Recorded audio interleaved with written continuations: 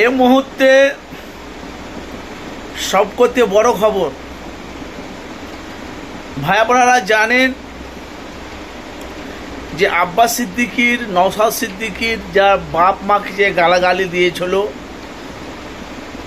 শওকত মোল্লা, যিনি ডান হাত, আউজান না কি বলে ওনার নাম, আব্বাসের মাকে বাপকে গালাগালি দিয়েছিল, নওশাদকে গালাগালি দিয়েছিল, আব্বাসকেও গালাগালি দিয়েছিল, মা বাপকেও গালাগালি দিয়েছিল। সে এখন ক্ষমা চাইছে আব্বাসের কাছে, নওশাদের কাছে, আইএসএফের কর্মীর কাছে। কেন জানেন? এই তো বুঝতে পেরে গেছে তা আমাদের পরিস্থিতি খারাপ। পরিস্থিতি কি, যে শওকত মোল্লা বলেছিল যে ভাঙড়ে দ্বিতীয়বার নওশাদকে আমি এমএলএ বিধায়ক হতে দেব না, আর ভাঙড়ের 1 ইঞ্চি মাটিও ছাড়ব না। আজকে সে শওকত মোল্লা কোথায়? আজকে শওকত মোল্লা কোথায়? মাস্টর করে যে গানটা যে ট্রেন্ডিংয়ে চলছে, গানটা এখন অবধি, সেই তোমার বলা বলি কথা, শওকত মোল্লাকে দেখতে পাওয়া যাচ্ছে না।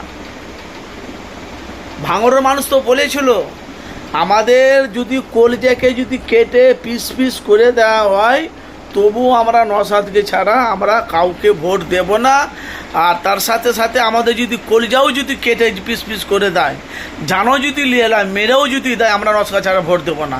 কিন্তু বাংলার মানুষ দেখুন, ভাঙড়ের মানুষেরা নওশাদকে জিতিয়ে ওনাকে এমএলএ বিধায়ক করেছে। আমায় কোথায়? তোমার ভাঙড়। তো এটা একটা বলা বলি কথা যে তৃণমূল দলটা বাংলায় থাকলো না।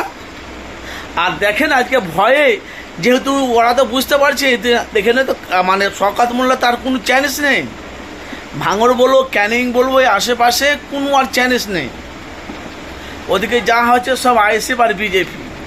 এরা তো বুঝতে পারছে এখন যদি যাহাক মাক করে আব্বাসের নওশাদের কাছে ক্ষমা চেয়ে আইএসএফে যদি যুক্ত হয়, যেমন আরাবুলকে মেজে ঘুষে তবাতিল্লা করে নওশাদ সিদ্দিকী, আব্বাস সিদ্দিকী আইএসএফে দলে নিয়েছে, এরাও আবার এদেরকেও আবার তবাতিল্লা করাবে, কি ক্ষমা চাইবে, কী করবে আল্লাহ পাকি জানি না ভাইজান। এখন ক্ষমা চাইতে শুরু করেছে, ভুল করেছি, তার বাপ মাকে গালাগালি দিয়েছে, যে আগে যে গালাগালি দিয়েছে সেই ঋণটা কি শোধ করতে পারবে কেউ? আজকে কেন ক্ষমা চাইছে? পরিস্থিতিটি চাইছেটা কি? আইএসএফের দলে ঢোকার জন্য। ও বন্ধুরা, আপনাদের মতামত কি? আপনারা কি বলতে চাইছেন? হয়তো আব্বাস সিদ্দিকী ক্ষমা করে দেবে, মাফ করে দেবে, তার মাকে যে তার বাপকে যে গালাগালি দিয়েছে কাঁচা কাঁচা খিস্তি,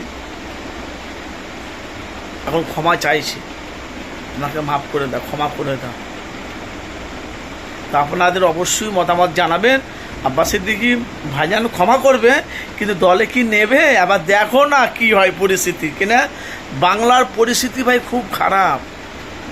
আপনি কাকে বিশ্বাস করবেন? আপনি বিশ্বাসটা কাকে করবেন আপনি বলেন না। এটা হলো একটা রাজনীতি। নওশাদ সিদ্দিকীর গাড়ি কে ভেঙেছিল? আরাবুল নওশাদ সিদ্দিকীর গাড়ি ভেঙেছিল তৃণমূলের প্রার্থী।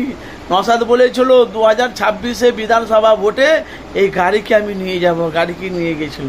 সে আরাবুলকে আইএসএফে ঢুকিয়েছে নওশাদ সিদ্দিকী। তাহলে কোথাকার পানি কোথায় এলো?